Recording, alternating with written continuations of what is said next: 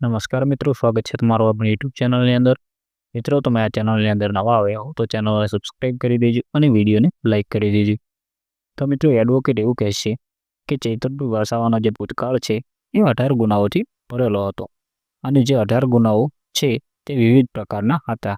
તે નામદાર પોતે પણ જાણે છે અને એમના જે તડી પર પહેલના ગુનાઓ હતા એ પણ ધ્યાને લીધા છે અને એમને 6 માસની સજા પણ કરવામાં આવેલી હતી અને તેમને પછી છોડી દેવામાં પણ આવેલા હતા. એ પણ નામદારે ધ્યાને લીધું છે. તેમને ખાસ ધ્યાનમાં લીધું એ છે કે જે સોશિયલ મીડિયા પર સરકારી કચેરી અને જેલને નુકસાનની ધમકીઓ મળેલી હતી અને તે વાયરલ પણ થઈ હતી, એ પોલીસ તરફથી જે મૂકવામાં આવેલી છે અને તે અલગથી તેની યાદી પણ કરવામાં આવી છે.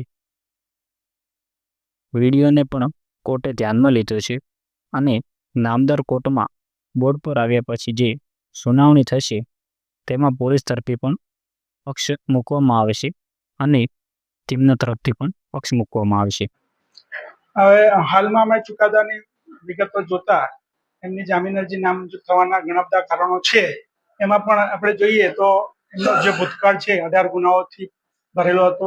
એ 18 ગુનાઓ જે ગંભીર પ્રકારના હતા એ ધ્યાને લીધા છે નામદાર કોર્ટે. તેમજ એમની સામેના જે તડીપાર પાસા જે ધારાસભ્ય ન હતા તે પહેલાના જે ગુનાઓ હતા એ પણ ધ્યાને લીધા છે.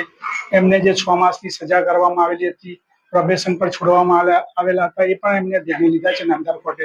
તેમજ ખાસ ધ્યાનમાં એ લીધું છે કે જે સોશિયલ મીડિયા પર સરકારી કચેરી અને જેલને નુકસાન કરવાની કે એની જે ધમકીઓ મળેલી હતી, વાયરલ થયેલી હતી, એ પોલીસ અધિક્ષક તરફથી જે મૂકવામાં આવેલી હતી એની અલગથી યાદીથી એ વિડીયો ને પણ કોર્ટે ધ્યાનમાં લીધા છે. એમાં એમને દેખવામાં પણ આવેલા છે અને એ ધ્યાને લઈને પણ એમની નામંજૂર કરવામાં આવી છે. આગળની કાર્યવાહીમાં એમને નામદાર હાઈકોર્ટમાં જામીન અરજી ગુજારવી પડશે અપીલ આ રીતે. અને ત્યાર પછી નામદાર હાઈકોર્ટમાં બોર્ડ પર આવ્યા પછી જે સુનાવણી થશે એમાં પોલીસ તરફથી બી આ રોલ પક્ષ મૂકવામાં આવશે અને એમનો પણ પક્ષ મૂકવામાં આવશે. ત્યારબાદ નામદાર હાઈકોર્ટ એમનો નિર્ણય લેશે.